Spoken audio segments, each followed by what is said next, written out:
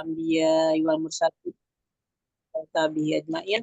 Asyhadu an la ilaha illallah wahdahu la syarikalah wa asyhadu anna Muhammadan abduhu wa rasuluhu amma ba'd. Alhamdulillah di malam ini Allah memberikan kesempatan kepada kita untuk bisa istiqomah di dalam thalab ilmi, dan mudah-mudahan Allah membuka hati kita untuk bisa paham, dan setelah paham mudah-mudahan Allah memberikan taufik untuk mampu mengamalkannya. Semoga kita mendapatkan bimbingan Allah sampai kita diwafatkan oleh Allah. Mudah-mudahan kita husnul khotimah, dan harapan kita mohon kepada Allah untuk kita dan keluarga kita masuk surga tanpa hisab dan siksa. Amin ya rabbal alamin. Monggo Dok, dimulai. Iya. Oke. Bulugul Maram. Oke. Sekarang ke 980. Iya. Iwin ya, bagian bagi-bagi tugas ya. Ya. Mbak Suci dulu ya. 980 sayang. Ya, bismillahirrahmanirrahim. Dari Ibnu Buraidah, dari bapaknya bahwasanya Nabi menetapkan bagian 1/6 untuk nenek. Apabila di bawahnya tidak ada ibu sang mayit.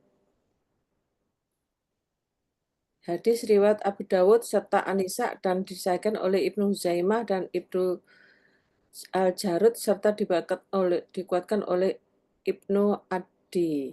Oh, ini tentang warisan ya, Ustazah? Ya, Faraid judulnya.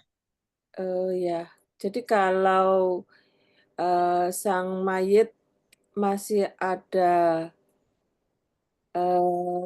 maksudnya ibunya tidak ada tetapi masih ada nenek dari sang mayit, maka nenek mendapatkan 1/6 dari Hmm, harta peninggalan.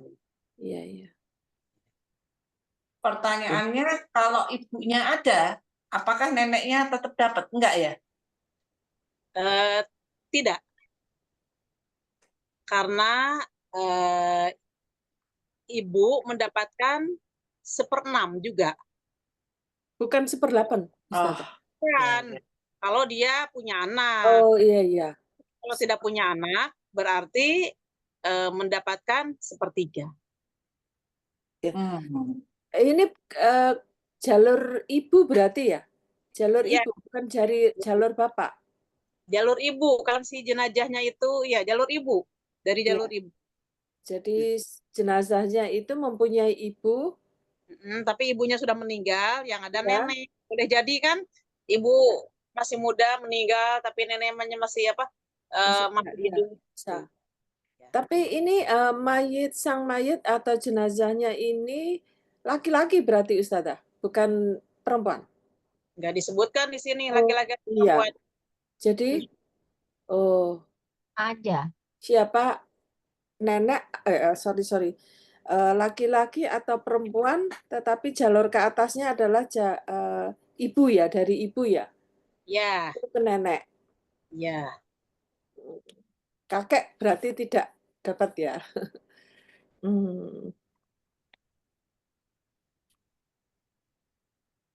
Jelas ya? Ya. Ya. Monggo lanjut.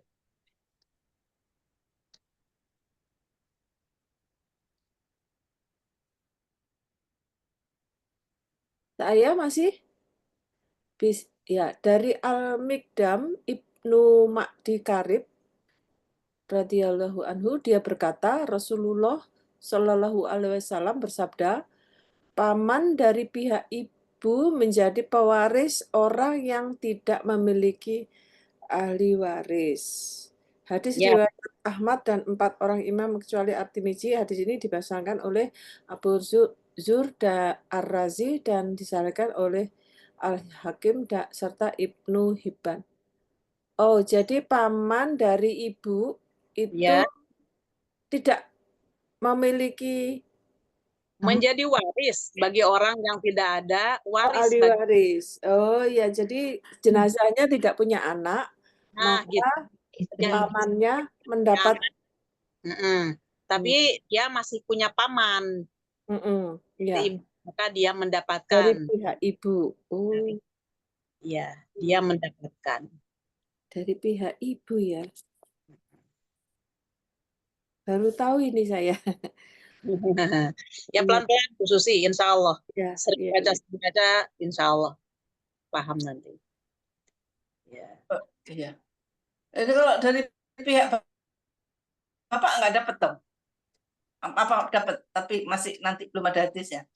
Ya, Ustazah, ini kan ada ya, suatu keluarga itu punya anak satu-satunya, lalu meninggal. Nah, ini dikatakan tidak punya ahli waris atau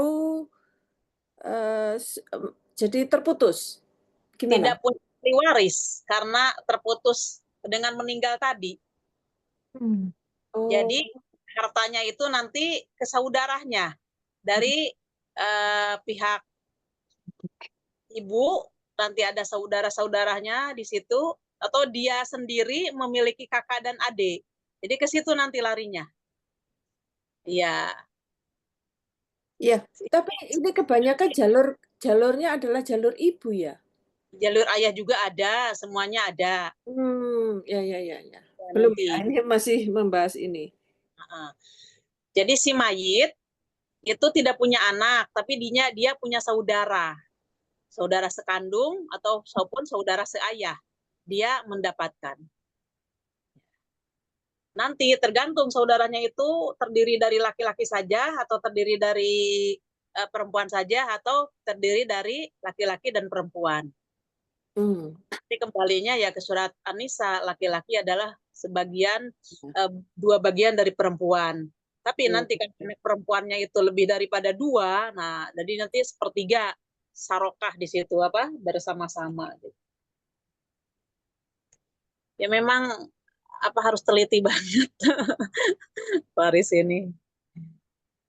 Mohon maaf, ini ada Mbak Ella ini teman dosen, istri teman dosen kami, Dr. Alhamdulillah. Wiwin. Iya. Ya. Assalamualaikum Mbak Ella. Waalaikumsalam warahmatullahi. Alhamdulillah. Monggo dimasukin aja ke Iya, jamaah An-Nur. Ya. iya. Alhamdulillah, semoga istiqomah, semoga bisa mengajak dan mengajak. Mudah-mudahan kita bukan kumpul waktu di dunia, tapi mudah-mudahan kita di surga pun dikumpulkan Allah. Amin. Insya Allah. Monggo, Dokter Dia. Dokter Wiwin, lanjut. Oke, ini masih 9 ya. 982.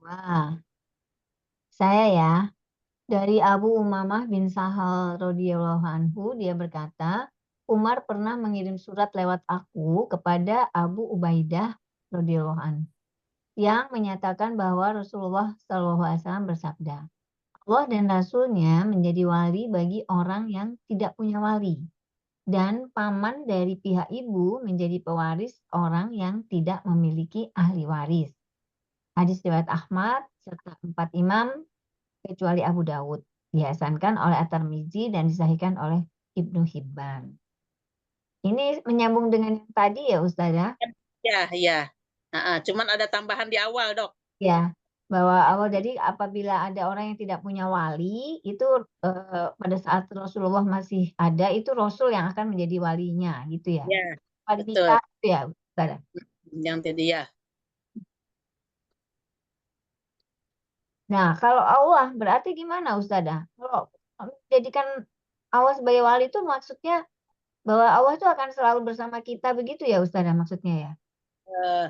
Maknanya bahwa Allah yang membimbing dan Allah sebagai yang dipasrahin hartanya itu. Kalau umpamanya hartanya itu tidak punya ahli waris, tidak punya siapa-siapa, maka kembali kepada Allah, nanti Allah yang membagikan gitu.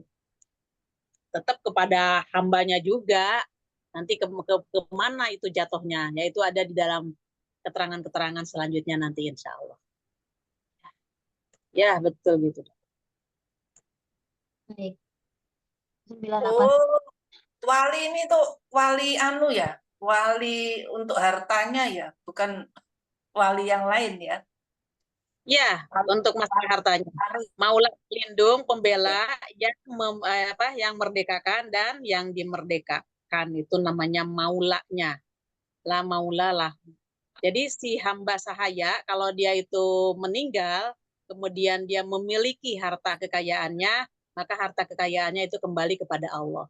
Nanti oleh Allah, ya enggak apa Allah tidak berkebutuhan, nanti akan kembali kepada manusia juga. Ya.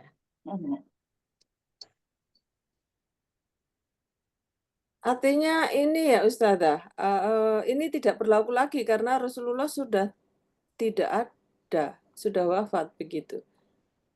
Ya maksudnya kalau sekarang ini kan dikembalikan kepada Al-Quran dan Sunnah. Jadi bagaimana nanti apa pembagiannya, gitu. Iya. Peraturan-peraturannya.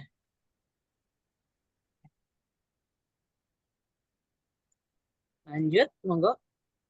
Ya. Ini di 983 ya, Di.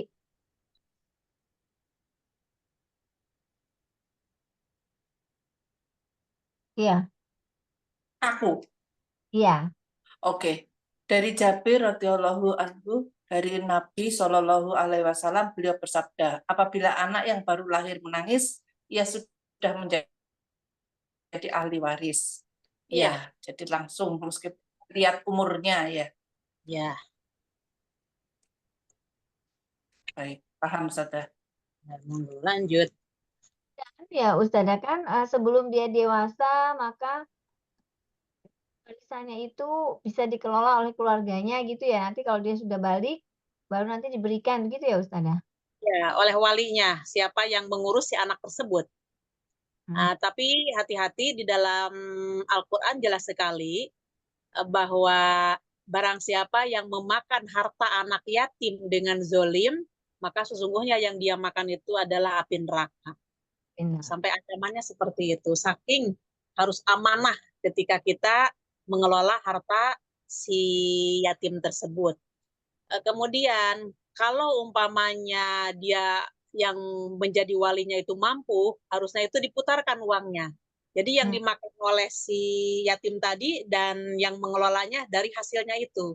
Akhirnya tidak mengganggu pokoknya. Bahkan mungkin pokok itu bisa bertambah kalau umpamanya labanya lebih banyak lagi. Insya Allah begitu. Dan katanya kalau misalnya itu misalnya jadi usaha yang berkembang, nanti kalau udah balik seluruh usaha itu pun diserahkan pada dia ya Ustazah. Iya, iya, miliknya dia, betul. Ya. Cuman wali tersebut mendapatkan pahala yang besar di sisi Allah nantinya. Karena dia sudah menolong, melindungi, dan amanah. Gitu. Jadi di Islam itu bukan hanya sekedar mengharapkan masalah duniawi, akan tetapi semuanya itu mendapatkan pahala gitu. Kalau ikhlas. Ya, monggo lanjut dong. Baik, 984. Bu Ella ya, Bu Ella mau baca, mau coba baca? Silakan. Oh, saya nggak punya bukunya. Ini di layar. Ya, di layar. Aku nggak lihatnya. Oh, astagfirullah. Di layar, ya. Mbak Ella pakai HP ya? Ya, saya pakai HP. Sebentar saya. Di Zoom pakai. Untuk kali ini saya pendengar dulu nggih. Baik, ya. Ya, monggo Mbak Susi 984. 984 dari Amr bin Syuaib, dari bapaknya, dari kakeknya radhiyallahu anhu. Dia berkata, Rasulullah bersabda, pembunuh tidak mendapatkan warisan apapun dari orang yang dibunuh. Hadis riwayat Anisa serta Ad-Darqutni dan dikuatkan oleh Ibnu Abdul Bar, namun dianggap cacat oleh An-Nasai, sementara yang benar adalah hadis ini mauquf, terhenti. Paham ya maknanya bahwa Rasulullah SAW bersabda, Ya. orang yang membunuh tidak mendapatkan warisan dari yang dibunuh, siapapun statusnya. Jadi mungkin kalau ada, biasa kan kalau bersaudara, akhirnya mereka bertikai kemudian saling membunuh, nah ini terputus oleh hal seperti ini ya Ustazah? Ya, iya. Itu tidak mendapatkan dia. Tidak akan mendapatkan warisan apapun. Tercabut ya, misalkan itu bersaudara 4, naudzubillah min dzalik. Kemudian mereka bertengkar, saling membunuh, lalu, satu orang ini yang, melakukan itu, dia Tidak terluput mendapatkan, dari itu 4 ya, ini ya? ya, ya, Iya iya. tidak mendapatkan warisan dari yang dibunuh. Sedangkan saudara-saudara yang lain yang masih hidup mendapatkan. Iya iya. Iya, ini kan kalau di cerita-cerita detektif kan gitu ya, karena dia kapan dia terputus dari warisan, jadi dia membunuh yang menghalangi dia kan. Tapi ternyata justru dia akan tidak mendapat warisan Iya, ya, Ustazah iya. malah. Kalau di Islam itu begitu. Merasa dirinya ya mencari jalan pintas ya. Padahal justru terhalang dengan Iya. kelakuannya. Monggo lanjut. Ya, ini 985 dari Umar bin Khattab radhiyallahu anhu, dia berkata, aku mendengar Rasulullah SAW bersabda, apa yang dimiliki oleh ayah atau anak adalah untuk asobahnya, siapapun dia. Asobah itu apa, Ustaz? Asobah itu artinya orang yang mendapatkan harta warisan tanpa batas. Asobah adalah orang yang mendapatkan harta warisan tanpa batas. Kenapa tanpa batas? Karena ketika harta warisan tersebut dibagi-bagi sesuai dengan purudnya, sesuai dengan ketentuan yang telah Allah tentukan, seperti surat An-Nisa itu, nah, sudah mendapatkan sekian semuanya, tapi di situ masih ada sisa. Nah, sisa itu jatuhnya kepada asobah. Jatuhnya itu kepada asobah. Asobah itu adalah biasanya anak laki-laki, bapak, nek kakek gitu. Tapi perempuan pun kalau memang tidak ada anak laki-laki, tidak ada saudara laki-laki, itu perempuan mendapatkan termasuk asobah juga. Jadi Maksud asobah itu sisa dari warisan itu gitu ya? ya, Maksudnya. Oh. ya, sisa dari warisan tersebut ternyata masih ada sekian persekiannya gitu dari harta tersebut. Maka itu diterimanya oleh si laki-laki. Laki-laki yang mana nanti ya sesuai dengan ketentuan ahli waris yang ada. Kalau memang ahli waris yang ada semuanya mendapatkan, bahkan kadang-kadang asobah itu tidak mendapatkan bagian. Asobah itu kadang-kadang tidak mendapatkan bagian karena harta warisannya itu sudah terbagi kepada ahli warisnya. Nah, tapi kalau ahli warisnya itu ketika mendapatkan bagian masih ada sisa dari hartanya itu, maka asobah yang menerima.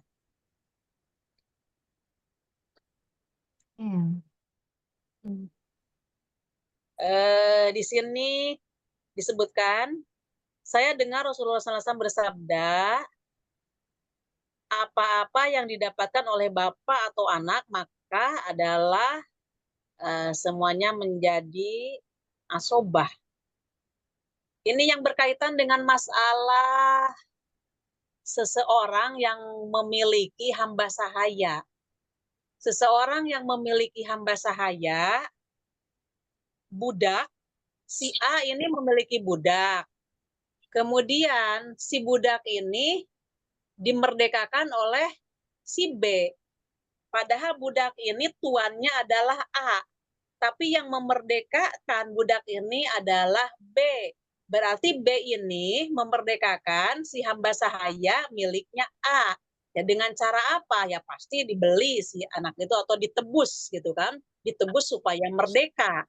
Maka ketika ditebus menjadi merdeka, merdekalah si hamba sahaya itu. Nah, hamba sahaya yang sudah dimerdekakan namanya maula. Orang yang memerdekakan namanya wala. Beda lagi dengan sistem warisan yang dia itu ada di orang merdeka. Kalau si hamba sahaya tadi karena yang memerdekakannya si B, walaupun dia punya anak, si hamba sahaya itu punya anak, sudah merdeka, punya anak, punya istri. Karena pertamanya dimerdekakan oleh si B, kalau si hamba sahaya tadi atau maula tadi meninggal, maka harta warisannya tidak dibagikan kepada ahli waris, tapi dibagikannya kepada khusus untuk si yang memerdekakan tadi, si B tadi. Maka itulah yang dikatakan asobah. Sedangkan anaknya dari si maula tadi, dari si hamba sahaya yang telah dimerdekakan tidak mendapatkan. Itu bedanya cara pembagian waris dari hamba sahaya yang sudah dimerdekakan dengan orang merdeka. Agak paham dikit? Tidak paham ya paksakan paham aja lah. Ya, Paham. ada. Ya Allah. Sedikit, ya Allah, iya. Jadi Banyak sekali ya. maula, jadi orang merdeka hartanya itu yang menjadi asobahnya itu anaknya. Tetapi kalau maula, anak dari maula itu tidak menjadi asobahnya, tapi yang menjadi asobahnya Yang memerdekakan. itu ya. Begini, Gitu ya. kalimat asobah itu kan si anak yang, ya kalau umpamanya gini, kalau di Merdeka ya, ibu bapak ini punya harta banyak, anaknya tunggal satu-satunya. Nah, kemudian bapaknya itu meninggal. Jadi yang mendapatkan itu adalah mamahnya dan anaknya.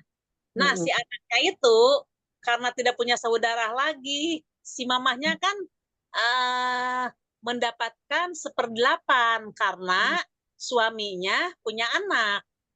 Nah, si anaknya tadi karena tidak punya saudara, dia mendapatkan keseluruhan hartanya setelah diambil utang piutang dari jenazah, kemudian ada wasiat diselesaikan dulu, mamahnya diambil 1/8. Tapi kalau di situ mamahnya nggak ada gitu kan, berarti harta dari si bapaknya tadi jatuh ke si anak laki-laki tadi. Dia sebagai asobah keseluruhan memiliki harta gitu. Karena anak laki-laki. Nah, kalau di maula atau hamba sahaya yang sudah dimerdekakan, si maula ini memiliki anak.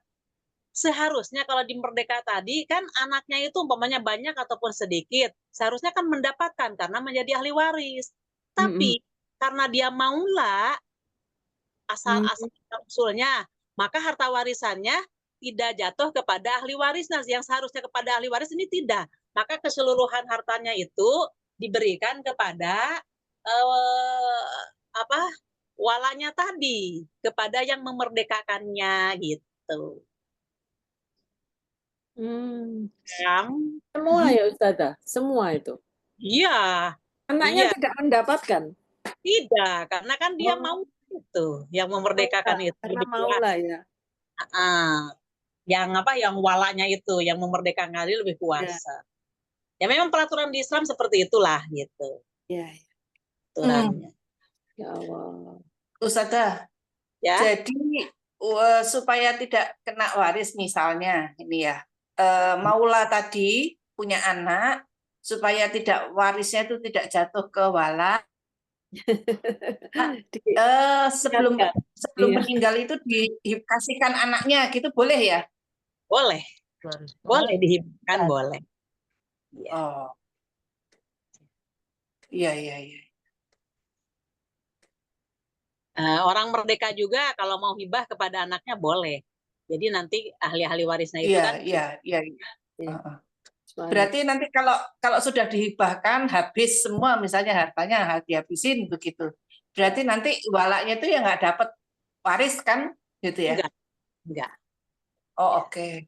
Kecuali kalau memang ada barang-barang yang memang atau sebidang tanah atau apa, kebetulan mungkin si maula tadi kaya raya gitu. Anak-anaknya sudah terbagi, tapi masih ada sisa. Nah, sisa itu tidak kembali kepada anaknya, tetap kepada walanya tadi.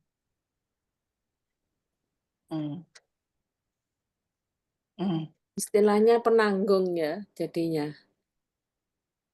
Ya, dibilang penanggung ya penanggungnya waktu memerdekakan gitu. Iya. Lanjut. Baik. Ini ada Mbak Uria. Mbak Uria ya, saya 987.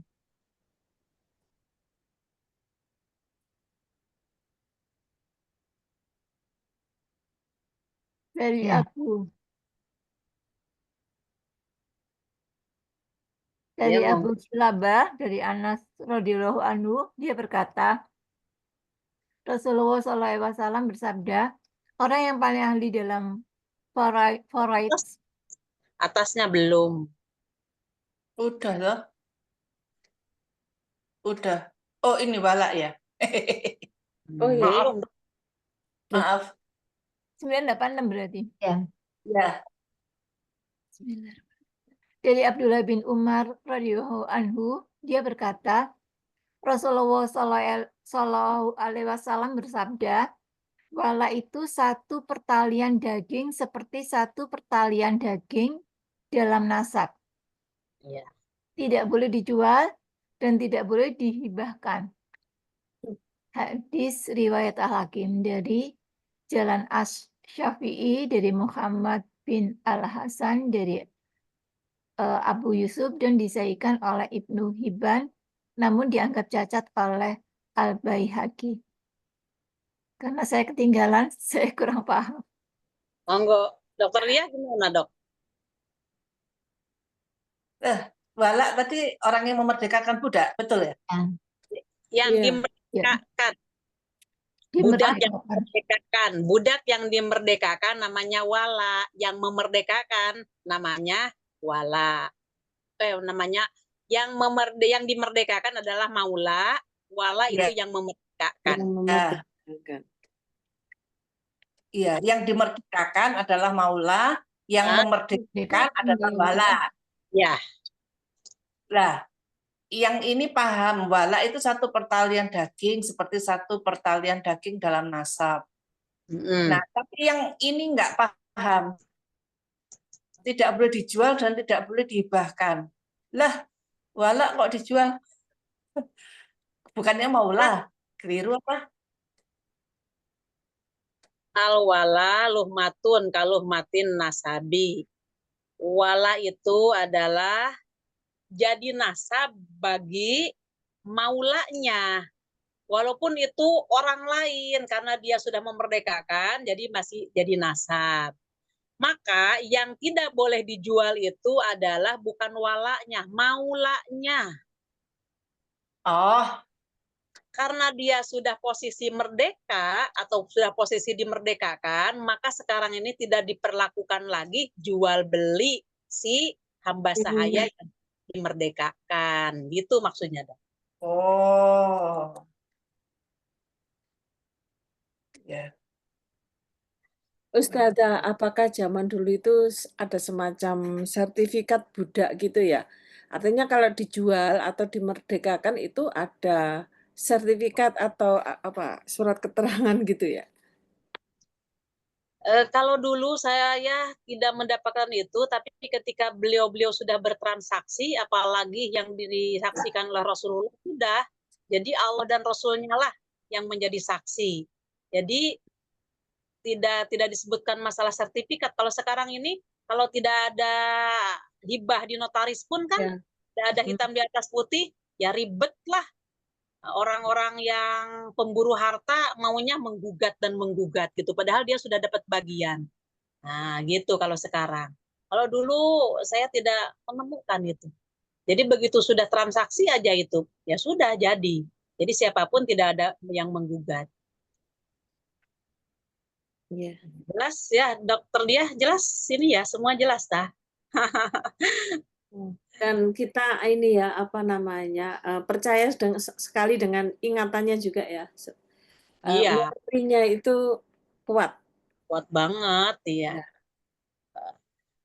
Ya, zaman-zaman lalu juga kan selagi tidak ada media TV kan, orang-orang memorinya kuat juga. Hafalan-hafalan Al-Quran itu lebih utama, kegiatan agama lebih utama. Sekarang, aduh, tidak bisa dibandingkan. Ya, lanjut. Ustazah Dokter, mau nanya. Ustazah mau nanya. monggo Eh, dong. apa namanya? Perbudakan kalau zaman sekarang itu kan di seluruh dunia insya Allah sudah tidak ada ya. Kedudukannya hadis tentang budak ini pada zaman sekarang di mana dikatakan bahwa hadis itu sepanjang zaman itu apa hikmahnya Ya. untuk kita masih belajar tentang budak-budak ini. Iya.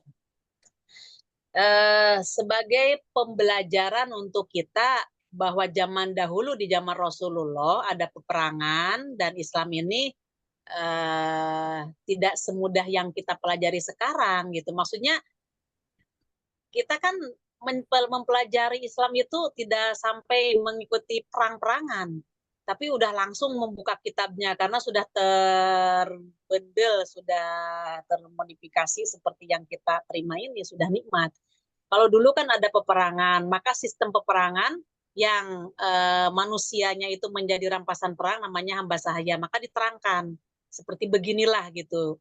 Jadi ini untuk keilmuan bagi kita. Ilmu hanya ilmu bagi kita. Tapi diterapkan sekarang itu tidak bisa. Sebagaimana di dalam masalah pembagian harta zakat mal. Zakat mal itu kan bagi orang yang memerdekakan. Nah, itu sudah tidak berlaku sekarang. Yang tadinya 8 berarti ya 7. Bukan dalam arti bagaimana itu tidak katanya berlaku sepanjang zaman sampai hari kiamat. Iya, yang lainnya masih terkurung ke 7 pelaturan, tapi yang satu itu sebagai ilmu bagi kita dan zaman dahulu itulah keadaannya. Itu, Dok. Oh, oke. Baik, Ustazah.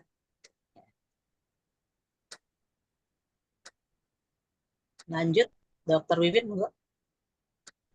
Ya, bab wasiat ya Di. Oke. Dari Ibnu Umar radhiyallahu anhu bahwa Rasulullah Shallallahu alaihi wasallam bersabda, seorang muslim tidak berhak menunda lebih dari 2 malam, sedangkan ia mempunyai sesuatu yang ingin diwasiatkan, kecuali jika wasiat itu tertulis di sisinya. Paham, Dok?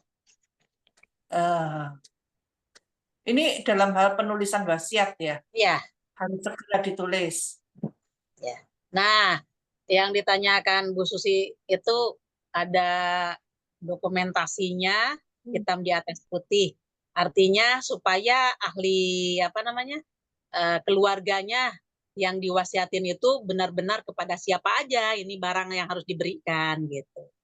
Jadi kalau umpamanya ada orang yang memang perlu diwasiatin, jangan hanya ucapan, supaya ada hitam di atas putih nanti jelas gitu. Ya, itu. Tanda kalau wasiatnya tuh misalnya bilang bahwa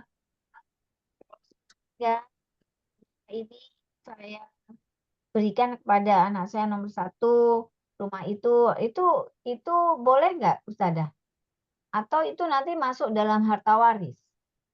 Kalau wasiat sekarang yang kita lakukan itu ada hadis yang mengatakan di nomor berapa ya hadisnya? Wasiat tidak boleh diberikan kepada ahli waris.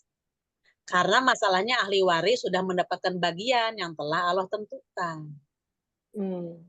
Kalau dulu ayat waris belum turun, maka wasiatlah gitu. Akan tetapi kalau sekarang ini sistemnya mungkin hibah. Umpamanya si A memiliki anaknya 3. Rumahnya itu pas 3 gitu, dengan yang ditempati. Maka tinggal langsung aja, rumah ini untuk kakak, rumah ini untuk yang tengah. Ya, rumah yang kita tempati ini, yang mama untuk si bungsu ini gitu, untuk si ragil ini. Ya udah dihibahkan seperti itu, selesailah. Dan hibah ketika dia masih hidup, dan ucapan hibah itu tidak boleh ada kata-kata gini, saya hibahkan ini kalau aku, karena pelaksanaannya nanti kalau aku sudah meninggal, itu namanya wasiat. Nah, wasiat berlaku hanya 1/3 dari harta kepemilikannya dan tidak boleh kepada ahli waris. Maka ketika dia menghibahkan rumah yang ditempati, berarti si orang tua itu nunut kepada orang yang menerima hibah itu pada saat itu juga begitu. Cuman insya Allah pahalanya semuanya terbawa oleh yang menghibahkan tadi, yang mensedekahkan tadi. pahalanya di akhirat. Tapi kalau dia itu tidak ada kata-kata hibah, berarti itu warisan. Jadi kalau umpamanya dia sudah meninggal, kemudian peninggalannya harta, tirkahnya atau harta peninggalannya itu menjadi warisan. Nah, ketika warisan, si orang tua yang meninggal tadi tidak mendapatkan pahala. Karena warisan itu ketika dia sudah meninggal, hartanya itu kembali milik Allah. Maka Allah lah yang membagikan. Nah, terus kapan dia mendapatkan pahala atau kebaikan dari harta tersebut? Waktu dia mencarinya. Waktu dia mencari kan dia untuk memenuhi sebagai nafkah bagi keluarga. Nah itu. Tapi dari mencari nafkah untuk keluarga, saking banyaknya, saking bertahun-tahun disimpan dan disimpan, akhirnya asetnya banyak. Nah ketika asetnya banyak, tidak sempat untuk amal jariah, tidak diperhitungkan sedekahnya, semuanya. Jadi dia tidak punya apa-apa, jariah tidak ada, wong belum transaksi masa hidupnya dengan Allah. Terus begitu meninggal, ya dia tidak mendapatkan pahala. Tapi ketika orang tersebut ya disedekahkan, ya ada dijariahkan dari harta yang banyak itu, ya dibagikan kepada anaknya, sehingga dia itu tidak memiliki apa-apa, tapi pahala di sisi Allah, harta dari keseluruhannya itu terbawa. Itu hadisnya jelas kan di Muslim, bab juhud, Dok. Iya. Dan di yang lain-lain juga sudah jelas. Iya, jelas Ustazah. Ya. Oke. Begitu Dokter Wibin, gimana Dok? Iya, Ustazah. Monggo, lanjut Dok. Baik, 989 Mbak Susi lagi ya. Ya, baik. 989. Bismillah. Dari Sa'ad bin Abi Waqqas, dia berkata, aku bertanya, wahai Rasulullah, aku memiliki harta. Tidak ada yang mewarisinya selain putriku satu-satunya. Bolehkah aku bersedekah 2/3 dari hartaku? Beliau menjawab, tidak boleh. Aku bertanya lagi, bolehkah aku mensedekahkan setengahnya? Beliau menjawab, tidak boleh. Aku bertanya lagi, bagaimana kalau aku mensedekahkan sepertiganya? Beliau menjawab, sepertiga saja, dan sepertiga itu sudah cukup banyak. Sesungguhnya jika engkau meninggalkan para ahli warismu dalam keadaan kaya, itu lebih baik daripada engkau meninggalkan mereka dalam keadaan miskin, meminta-minta kepada orang lain. Coba bagaimana ini mana? Wasiat itu artinya yang disedekahkan itu maksimum sepertiga ya, Ustazah. Apabila disedekahkan kepada orang lain. Memiliki harta yang banyak, kalau dia mau bersedekah kepada orang lain selain ahli waris, maksimalnya sepertiga. Sedangkan yang 2/3 itu untuk ahli warisnya. Nah, maka kata Rasulullah, kamu meninggalkan ahli waris, sugih kaya itu lebih baik daripada kamu meninggalkan ahli waris, nanti keleleran dan minta-minta. Sedangkan harta yang kamu sedekahkan kepada orang lain, nah itu lebih banyak. Tidak seperti itu, gitu. Jadi di sini maksudnya 2/3 itu untuk anaknya, lalu 1/3 boleh disedekahkan kepada orang lain, begitu ya Ustazah? Ya. Paham ya. Nah, yang 2/3 jangan nunggu meninggal. Jangan nunggu meninggal, nanti nggak jadi pahala. Udah, 3 itu kasihkan aja. Lebih ya. Kepada orang lain sekedarnya gitu. Lebih aman ya. Nah, kemudian ini sudah ditransaksikan kepada Allah bahwa saya memberikan ini untuk anak saya, rumah ini, anak saya rumah ini gitu kan. Nah, kemudian jangan lupa, jangan sampai kita tidak, kalau memang asetnya banyak, dijariahkan untuk masjid atau pondok pesantren yang syar'i. Ya. Ya, Ustazah. Dari sini kita bisa mengambil pelajaran. Ternyata harta kekayaan yang kita simpan, yang kita kumpulkan, itu alangkah ruginya. Kenapa alangkah ruginya? Karena belum tentu kalau kita tidak mengelola secara agama, itu belum tentu kita memiliki pahala. Ada kalanya orang yang memiliki harta yang banyak, waktu dia meninggal belum sempat ditransaksikan dengan Allah, baik hibah ataupun jariyah, ataupun sedekah-sedekahnya, maka itu akan sia-sia. Capeknya ia waktu di dunia, di akhirat tidak mendapatkan apa-apa. Alangkah ruginya. Bahkan kalau si orang tersebut tidak paham tentang pengelolaan harta tersebut yang berkaitan dengan zakat malnya, malah harta itu yang dia banggakan waktu hidup di dunia akan berubah di akhirat itu menjadi penyiksa. Jadi si harta itu akan berubah. Karena dia sudah sampai nisabnya dan sudah sampai haul, maka dia tidak mengeluarkan zakatnya, maka itu akan berubah menjadi ular yang dililitkan ke badannya sambil dia itu gigit-gigit pipinya dan berkata, aku adalah harta waktu di dunia yang tidak kamu keluarkan zakatnya. Tuh. Jadi kalau kita ambil pelajaran dari sini, alangkah meruginya orang yang memiliki harta tapi tidak bisa mengelola. Yang dulunya waktu di dunia dibangga-banggakan, malah di akhirat itu membinasakan. Jadi dia itu tersiksa oleh harta. Yang padahal harta tersebut dibangga-banggakan waktu di dunia. Tapi ternyata menjadi siksa bagi dirinya ketika di akhirat. Kenapa? Karena dia tidak bisa mengelola, tidak paham tentang caranya bagaimana. Nauzubillah, mudah-mudahan kita insya Allah paham. Monggo, Dr. Wiwin, Dr. Dia bagaimana? Ya, luar biasa ya, diatur sampai kecil-kecil kayak gitu.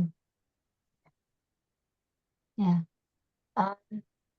selanjutnya dari Aisyah radhiyallahu anha, bahwasanya ada seorang laki-laki yang datang menghadap Nabi SAW lalu berkata, wahai Rasulullah, sesungguhnya ibuku meninggal dunia dan belum sempat berwasiat. Saya kira kalau ia sempat bicara, tentu dia akan bersedekah. Apakah dia akan mendapat pahala jika aku bersedekah untuknya? Beliau menjawab, ya. Artinya kalau kita bersedekah atas nama orang yang sudah meninggal, itu boleh. Dan ada pahalanya untuk yang sudah meninggal itu ya, Ustazah? Di sini kalimatnya ummi ya. Umi. Ibu berarti anaknya, anak kandung kepada ibunya. Ada juga nanti di Muslim itu anak kandung kepada ayahnya. Jadi artinya ketika anak kandung mengatasnamakan sedekah ayah dan ibunya, insya Allah itu mendapatkannya. Hadisnya Bukhari, dua-duanya, Sahih Muslim dan Bukhari. Jadi kuat. Kemudian kalau suami kepada istri, saya tidak menemukan. Nah, adik kepada kakak tidak menemukan. Nah, tetangga kepada tetangga tidak menemukan, di atas namakan mayit gitu. Akan tetapi doa beda lagi dengan sedekah. Kalau doa dari siapapun untuk mengirimkannya secara pribadi, ya insya Allah selama dia itu ikhlas, selama orang yang berdoa itu mengikuti ketaatan kepada Allah dan Rasulnya, insya Allah akan sama. Sebagaimana tanpa diminta oleh orang muslim kepada orang muslim, tapi itu merupakan peraturan dari Allah, sebagaimana ketika kita membaca at-tahiyat. Assalamualaikum wa ala ibadillahi sholihin. Assalamu alaina. Semoga kesejahteraan, keselamatan kepada kami yang lagi sholat, gitu. Wa ala ibadillahi sholihin, dan kepada hamba-hamba Allah yang soleh. Maka ketika ada kalimat kepada hamba-hamba Allah yang soleh, Rasulullah menyampaikan, apa yang kamu baca tersebut itu akan sampai kepada yang di langit dan yang di bumi. Itu di Muslim, di bab tentang tasahud di awal di kitab Muslim. Maka ketika itu dikatakan apa yang kamu baca semoga keselamatan, kesejahteraan kepada orang-orang muslim. orang-orang muslim itu, orang-orang yang soleh itu, hamba-hamba Allah yang soleh, ada yang masih hidup, ada yang sudah meninggal. Yang meninggal, insya Allah karena dia itu soleh, berarti tempatnya diiliyin, di langit. Tapi orang yang dia itu soleh, yang masih hidup berarti di dunia. Maka ketika kita membaca Assalamualaikum wa ala ibadillahi sholihin, semoga keselamatan atau kesejahteraan kepada hamba-hamba yang soleh, kepada kami dan kepada hamba-hamba yang soleh. Jadi itu mencakup orang yang meninggal dan orang yang masih hidup. Tapi catatannya harus soleh. Artinya menjalankan ketaatan kepada Allah dan Rasul. Itu. Bagaimana, Dok? Ustazah, ini kalau sedekahnya itu untuk ayahnya, tidak bisa ya? Oh bisa. Ada Oh, di Umi Muslim. dan Abi ya? Oke, orang tua ya.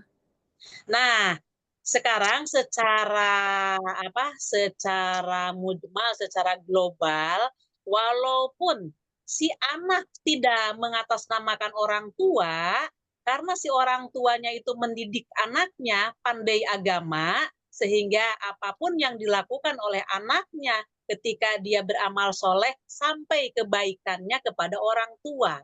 Seperti umpamanya, kita sebagai anak yang soleh kan berusaha untuk solehah kita.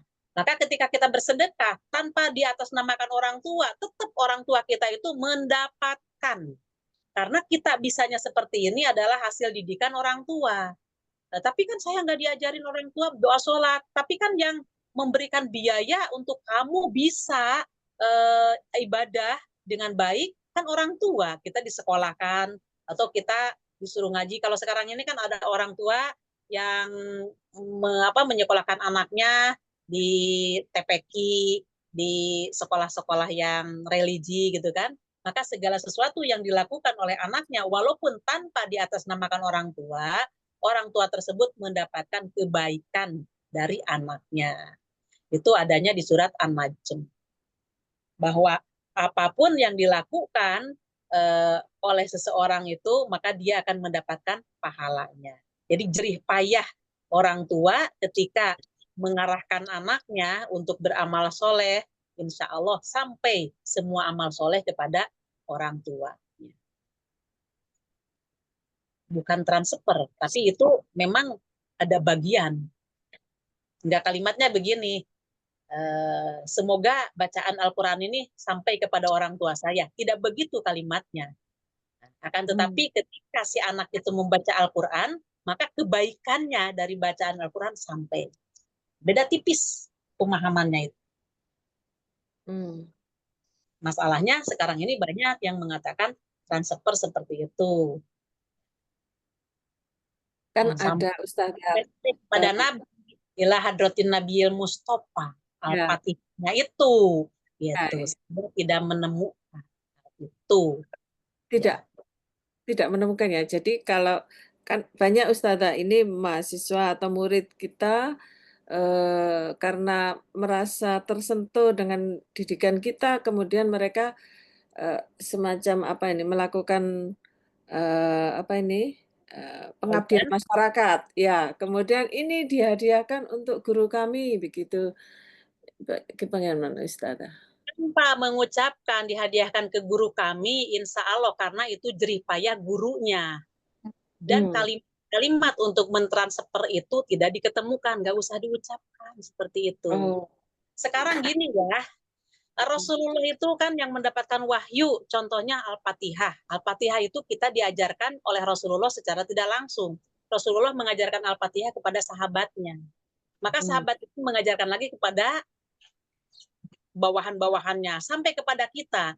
Maka ketika kita membaca Al-Fatihah, ya udah pasti Rasulullah mendapatkan tanpa kalimat ila hadrati. Gitu. Itu secara syar'i begitu pemahamannya, maka tidak ada transfer masalah bacaan kepada siapapun. Iya, otomatis ya. Yang kedua begini, kalau kita punya tetangga itu kan saya ini tidak diajarin Al-Fatihah oleh tetangga. Tapi tiba-tiba ketika dia itu meninggal, maka kita semoga Al-Fatihah ini disampaikan kepada tetangga yang meninggal. Yang nggak sampai lah, wong dia tidak mengajarkan kita Al-Fatihah. Tapi kalau doa, ya Allah, mudah-mudahan tetangga saya kok baik waktu hidupnya, mudah-mudahan ya Allah diampuni dosa-dosanya, dan lain-lain sebagainya. Insya Allah, mudah-mudahan Allah mengabulkan doa kita. Itu lain dengan doa. Banyak masyarakat seperti itu, mohon maaf. Monggo, bagaimana? Komentar apa? Jadi doa yang dapat, tapi kalau biasanya kan ya apa namanya ini apa namanya teman-teman kita yang sudah meninggal, Al-Fatihah untuk dia itu nggak nyampe ya, doa aja ya, nggak usah Al-Fatihah ya. Saya belum menemukan dalil untuk sampainya itu. Kalau doa itu sampai. Ya kalau umpamanya apa? Kalau saya mengatakan tidak menemukan, jadi saya terlalu kasar gitu. Padahal aslinya memang tidak ada gitu aja lah dok. Karena sudah lama jenengan ketemu saya, ya dokter Wiwin ya. Ya, Ustazah mungkin tidak bisa menjelaskan karena tidak ada dasarnya, begitu ya Ustazah ya? Iya, tidak ada dasarnya. Ya berarti kan tidak ada gitu kan. Kalau tuh ada, saya dari dulu akan menyampaikan. Iya. Tapi saya kalimatnya kepada siapapun, saya belum menemukan. Ya. Kalau dikatakan bahwa Al-Quran itu kan juga doa, begitu tetap nggak bisa ya? Ya, masa doa? Doanya itu ya doa tertentu. Di dalam ada yang redaksi dari Al-Quran itu doa. Di mana Al-Quran itu zikir. Ya. Dan petunjuk. Coba ya di dalam Al-Fatihah aja kita terjemahkan Al-Fatihah.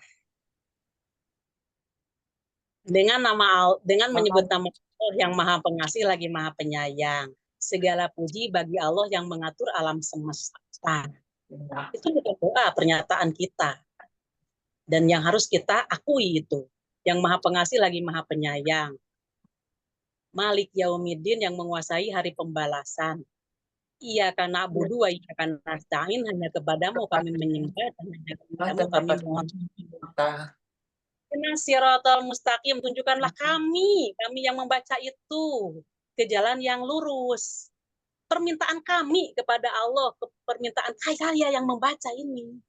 Mohon tunjukkan kepada kami jalan yang lurus. Jalan yang mana? Siratal ladzina an'amta, jalan yang telah Engkau beri nikmat kepada mereka. Mereka siapa? Para nabi, para rasul, orang-orang yang sidikin, orang-orang yang bersedekah, orang-orang yang jujur, orang-orang yang soleh. Itu alaihim, itu mereka itu kategorinya. Itu di dalam ayat diterangkan ayat dengan ayat. Kemudian ghairil maghdubi, bukan orang-orang yang dimurkai oleh Allah, orang-orang Yahudi. Alaihim walau dolin, dan bukan pula orang-orang yang sesat. Siapa mereka yang sesat? Yaitu orang-orang Nasrani. Itu hadis dua-duanya. Gitu. Mana coba untuk mereka mayitnya, untuk jenazahnya mana? Itu pernyataan kita kepada Allah gitu. Kalau dilihat terjemahannya.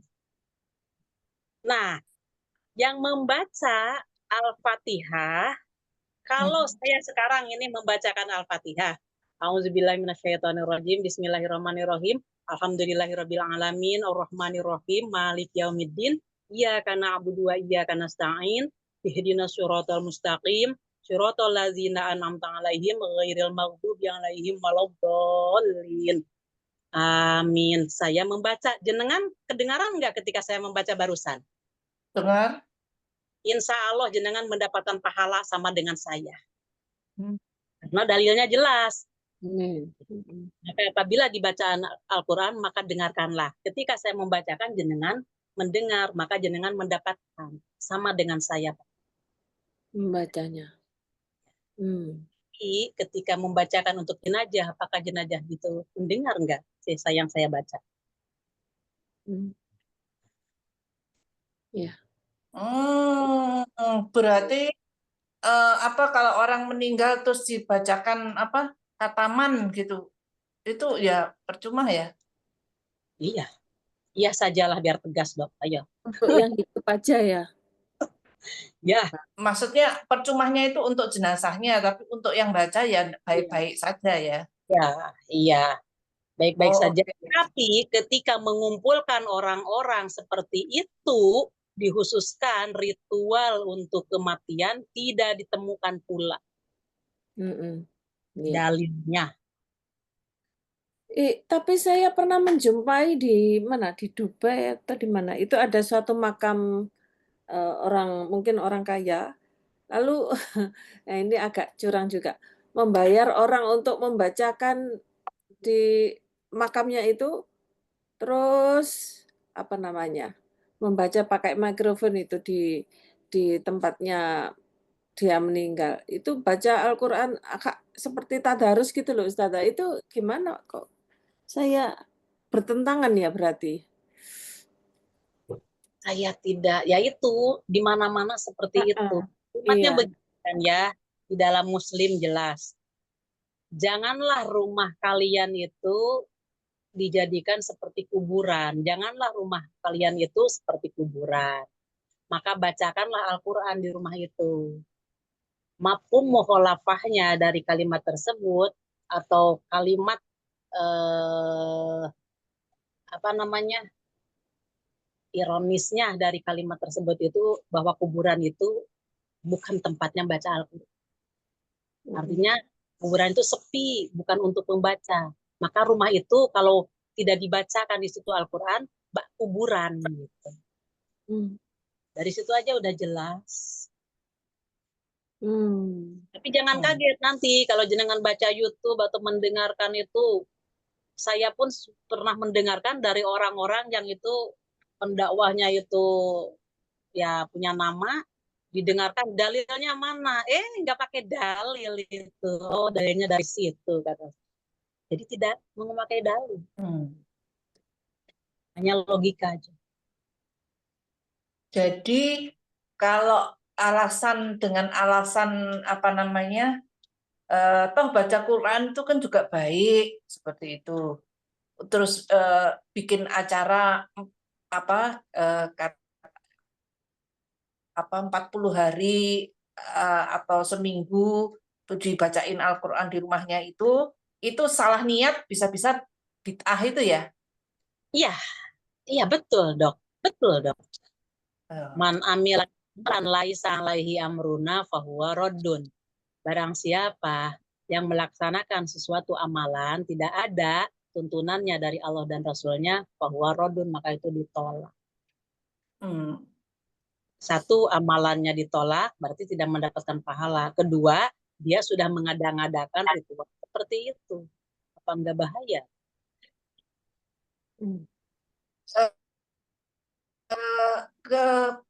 Kan itu ini ya, kalau yang diundang, misalnya ngundang anak yatim atau anak yatim untuk bacain gitu, dalam rangka meninggal 40 hari meninggalnya begitu, yang bacain itu apa juga ikut kena Semuanya ini ya. ikut kena, yang tadinya ya semuanya. Siapapun yang membacakan, siapapun yang diundang, siapapun yang menyuruh. Bukan dalil aja udah gitu secara pribadi saya. Makanya saya menerangkan ke jenengan. Jadi sederhananya, seandainya berarti kalau ustadzah itu punya misalnya punya pondok, terus dipanggil untuk tolong dibacain untuk 40 harinya orang tua saya meninggal, itu sederhananya ustadzah menolak. Kan saya izinkan gitu ya? kalau pondok seperti itu. Ya, tidak akan saya izinkan. Dan orang yang memanggilnya atau yang mengundangnya akan saya suruh duduk. Kita kasih pengertian supaya saya bisa dakwah kepada beliau. Kalau sudah disampaikan dia menolak, ya masa bodoh. Akhirnya gitu kan nantinya. Urusan dia, tapi saya benci. Iya. Oke, Ustazah. Siap. Ustazah, saya nanya ya. Ya monggo. Sedih Dokter juga soalnya kalau dengar waktu sebelum ibu saya meninggal, kami anak-anaknya sudah memberi pengertian kepada ibu saya bahwa kami anak-anaknya tidak akan melakukan tahlilan, tidak akan menghadiri tahlilan.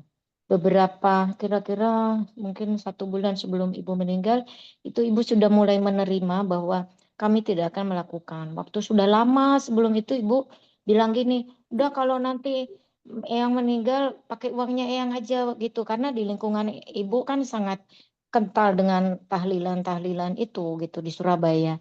Nah, pada saat itu waktu ibu ada di rumah, ibu saya bilang lagi, yang orang yang melakukan tahlilan untuk orang tuanya itu bukan memudahkan tapi mempersulit loh orang tuanya. Pokoknya kita selalu memberikan pengertian.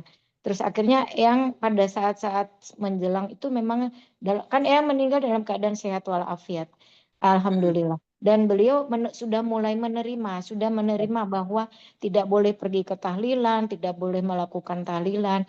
Nah, waktu itu ada tamu yang kebetulan pengurus pondok yang sangat dekat dengan Eyang. Terus waktu kita bertiga ngobrol, Eyang bilang, jadi gini loh Pak, nanti kalau saya meninggal anak-anak saya itu tidak akan tahlilan karena mereka tidak menerima bahwa tahlilan itu ada di dalam ajaran Rasulullah. Jadi saya kalau meninggal nanti ya tidak ada tahlilan. Nah, terus si Pak Ustadz yang punya pondok itu bilang, tidak apa-apa yang nanti saya yang melakukan tahlilan karena beliau kebetulan alirannya ya NU ya kebetulan. Nah terus akhirnya Eyang Rahimahullah meninggal dalam keadaan sehat walafiat dan kebetulan di Ponorogo dan saya sama sekali tidak melakukan tahlilan. Walaupun di sekitar saya itu mungkin pasti mencemooh saya atau apa karena sangat kental di Ponorogo dengan tahlilan, sangat kental.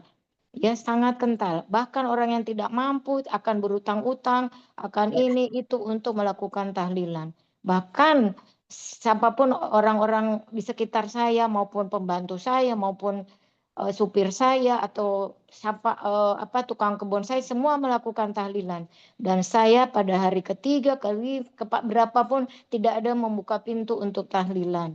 Nah terus si Pak Ustadz yang punya pondok itu sering ngirim-ngirim foto ke saya, Bu Dokter kami ini pengajian di ini tidak lupa untuk Yangti juga kami sebutkan namanya, kami kirimkan doa gini-gini. Terus saya itu harus bagaimana?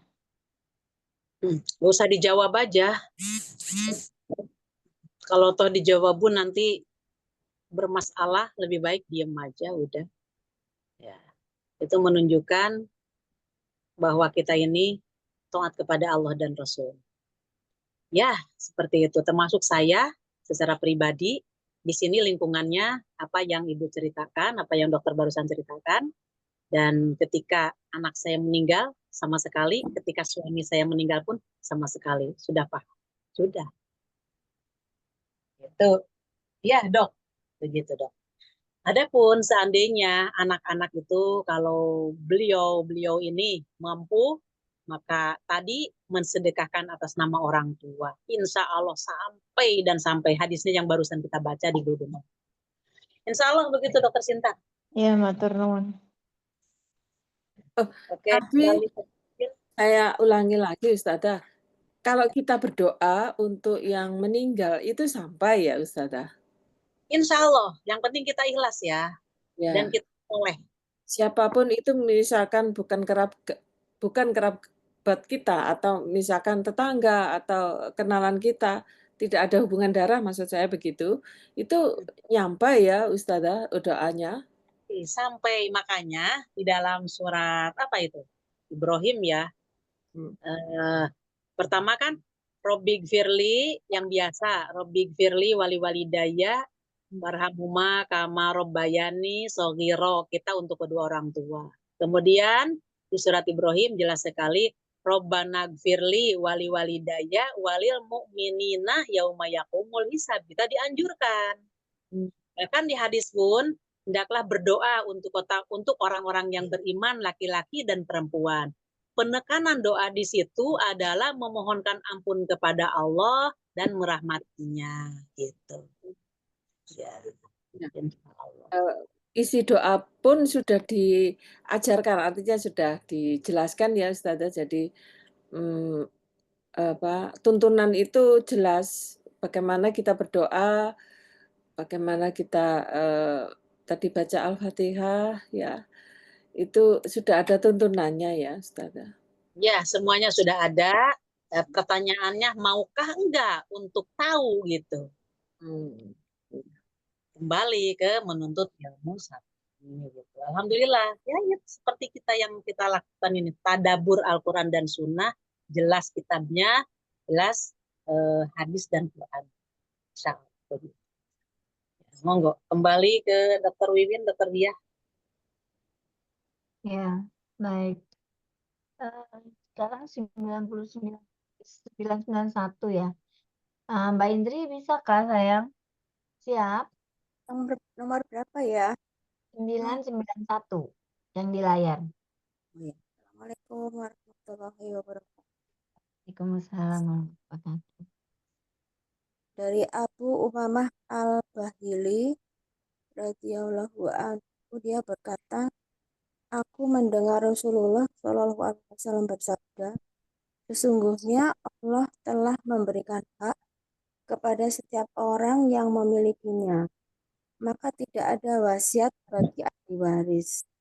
Hadis riwayat Ahmad serta 4 orang imam selain An-Nasai. Hadis ini dihasankan oleh Ahmad serta At-Tirmizi dan dikuatkan oleh Ibnu Huzaimah serta Ibnul Jarud. Allah telah memberikan. Jadi setiap orang itu sudah diberikan hak untuk memiliki gitu ya Ustazah. Maka tidak ada wasiat bagi ahli waris. Kurang mengerti Ustazah. Sesungguhnya Allah telah memberikan kepada semua orang haknya masing-masing. Penekanannya ini konotasinya kepada ahli waris, bahwa ahli waris itu sudah mendapatkan furud, artinya bagian-bagian. Untuk anak laki-laki bagi 2 bagian dari anak perempuan dan seterusnya. Nah, itu sudah. Maka fala wasiat ahli warisin, tidak ada wasiat bagi ahli waris. Jadi enggak begini. Anak-anak, ini mama punya nanti untuk kamu sekian, untuk kamu sekian, untuk kamu sekian. Tapi ini pembagiannya nanti kalau mama meninggal. Nah, itu namanya wasiat. Kalau mamanya meninggal, dibagikan, itu namanya wasiat. Yang diwasiati adalah ahli waris, tidak sah. Tidak boleh pada ahli waris. Kalau begini lain lagi.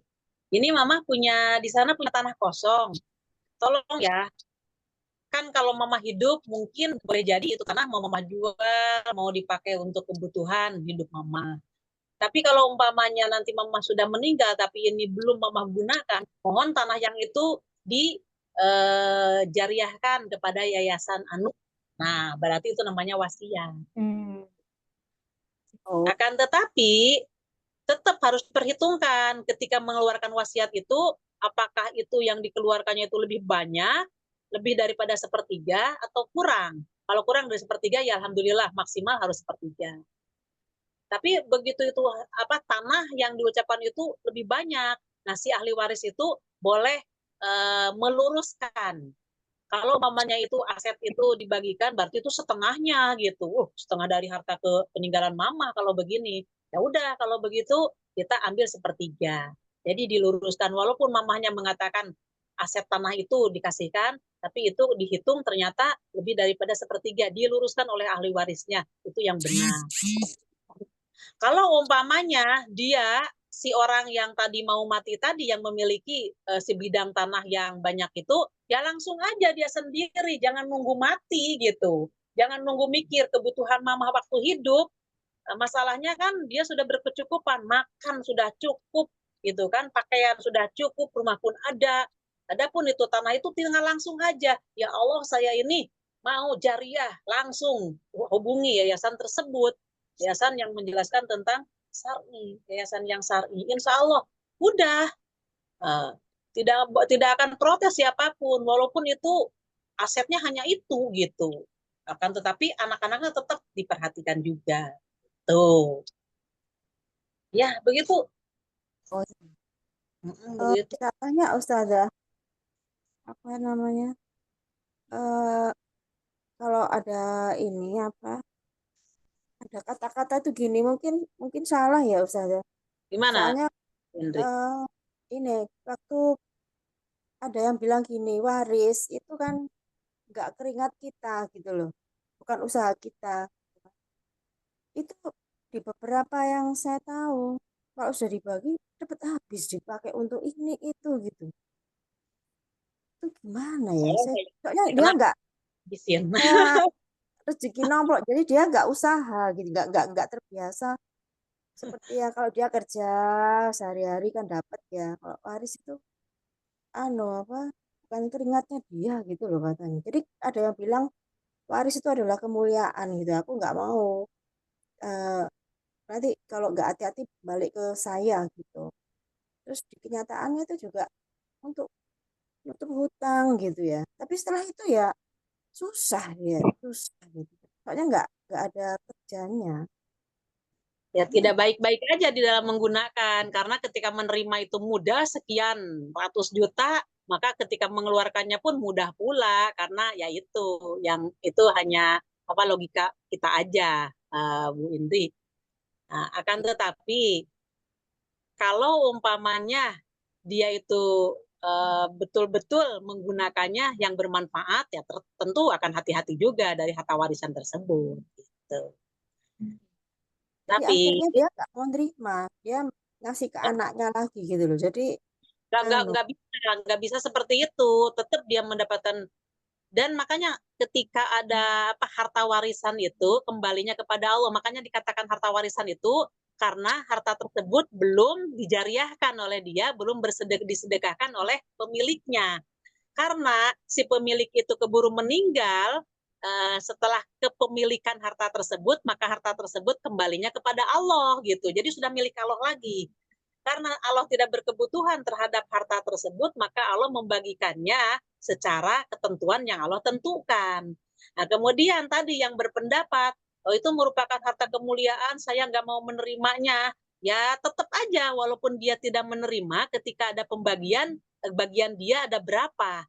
Serahkan aja kepada dia. Adapun dia umpamanya masih tidak mau menerima, ya nggak bisa seperti itu. Adapun setelah kamu dibagikan harta warisannya ini, pembagiannya untuk dia, maka terserah Anda mau dikemanakan, mau dibuang pun nggak masalah gitu, karena itu pembagian sudah sampai kepada dia gitu.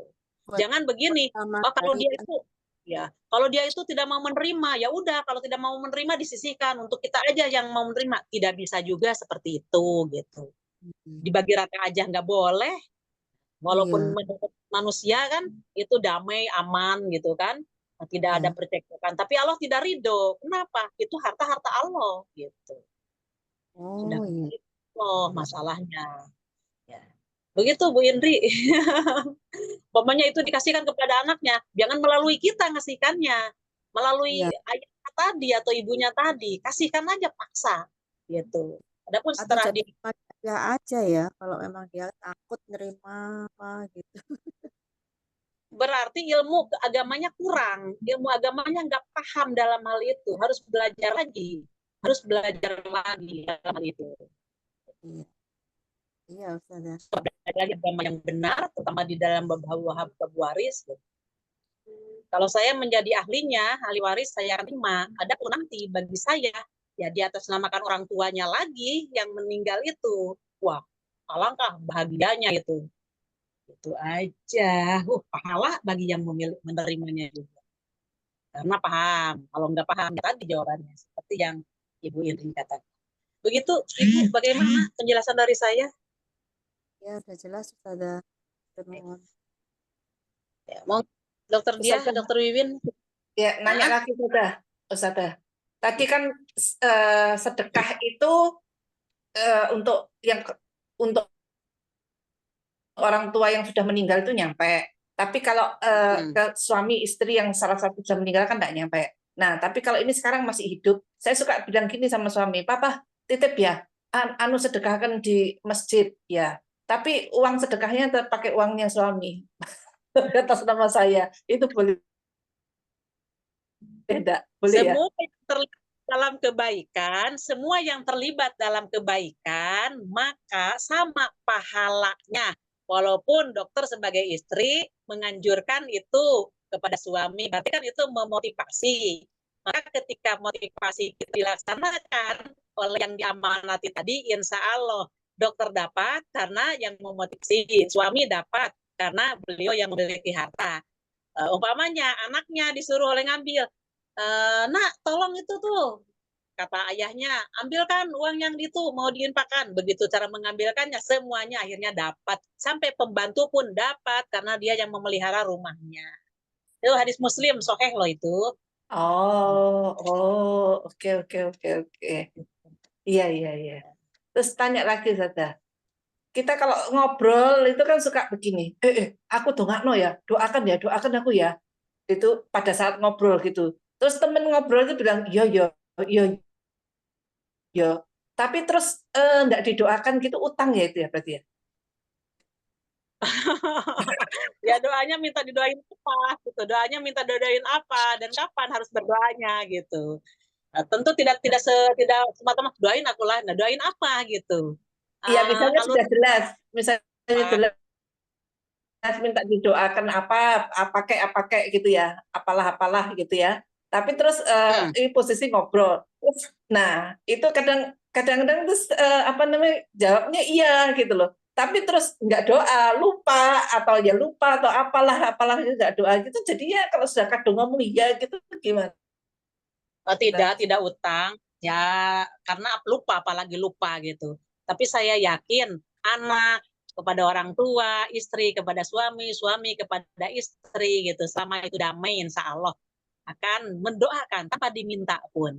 Apalagi kalau kita tahu ilmunya begini ya, di dalam hadis, ketika seseorang itu mendoakan kepada saudaranya, di balik sepengetahuan saudaranya, maka malaikat di belakang kita mengaminkan, semoga kamu juga dapat apa yang kamu doakan. Pokoknya gini, ya Allah, semoga saudara saya, adik saya yang di tempatnya di Jakarta, mudah-mudahan dia dikasih ini. Kemudian mudah-mudahan dia selamat kemanapun dia melangkah. Mohon dilindungi ya Allah.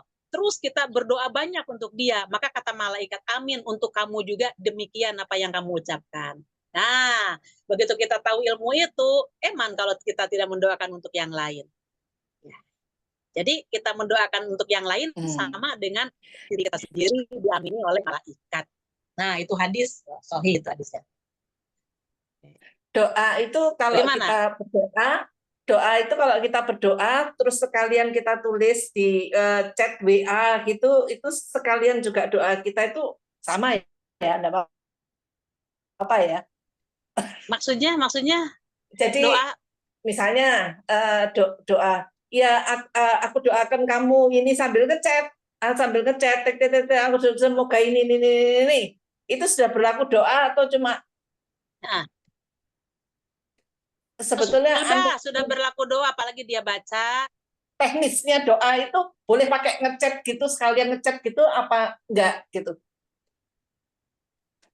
Boleh ngechat langsung kita kepada Allah langsung, tanpa sepengetahuan dia, tanpa sepengetahuan orang yang didoakan oleh kita. Boleh.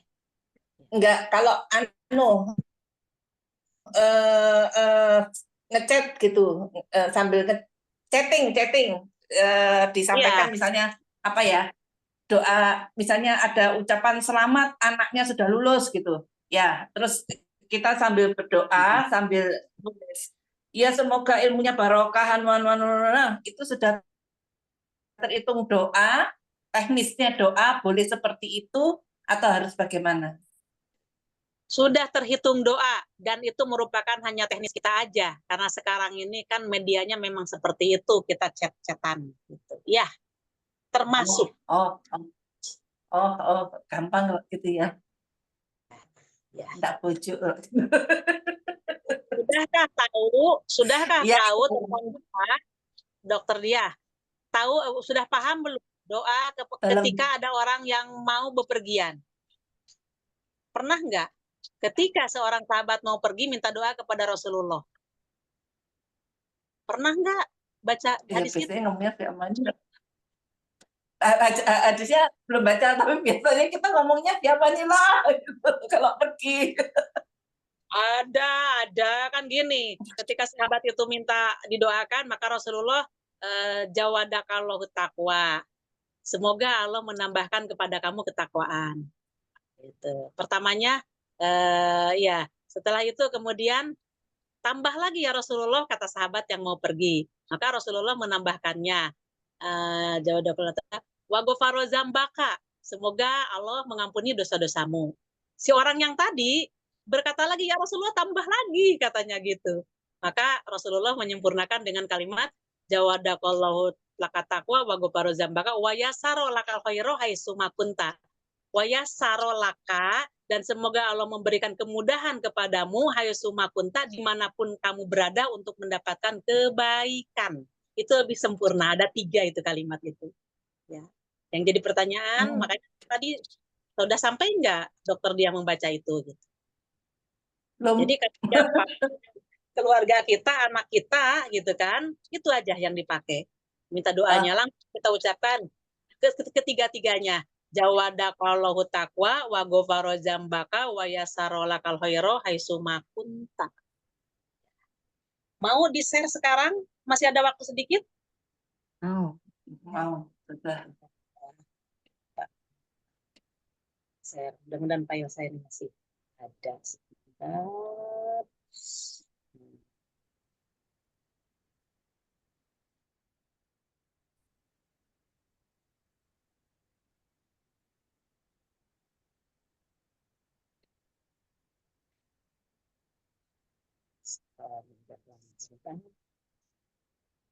Jawadak wa ghafara dzambaka wa yasara lakal khairu. Nah, bismillahirrahmanirrahim.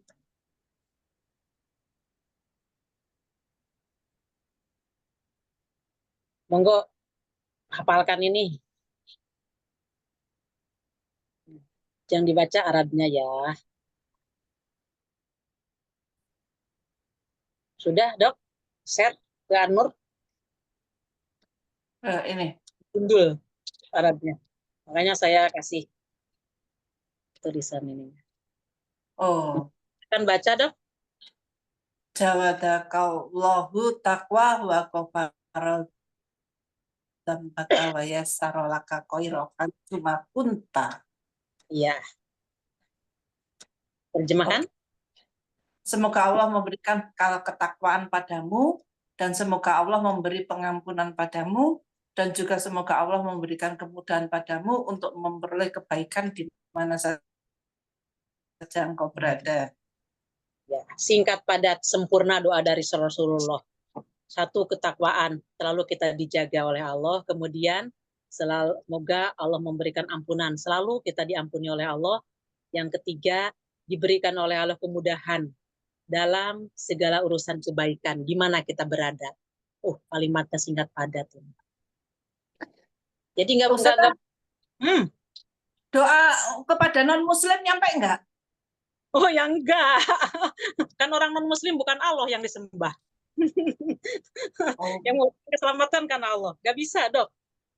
Makanya supin dulu itu keluarga atau siapa tuh, teman kalau mau didoakan ini kamu masuk dulu gitu. Berarti pernikahan beda agama itu ya, dampaknya luar biasa ya. Ibu ke anak, orang tua anak itu enggak nyampe semua ya. Enggak nyampe, dan ada yang mengatakan sampai begini pendapat, jinah selama-lamanya. Hati-hati. Makanya suruh Islam dulu lah. Ya. Monggo. Ya, dihafalkan ya. Insya Allah.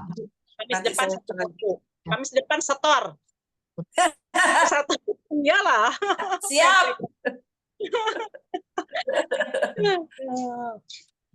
Ya, mudah-mudahan Amin. Ustaz. bagi Ya. kita semua insya Allah. Sampai sini tak dok? Masih Nggih, ada waktu lagi. Dan untuk doa aja ya. ya. Sudah, silakan dikasih tanda di bulbul maromnya untuk selanjutnya.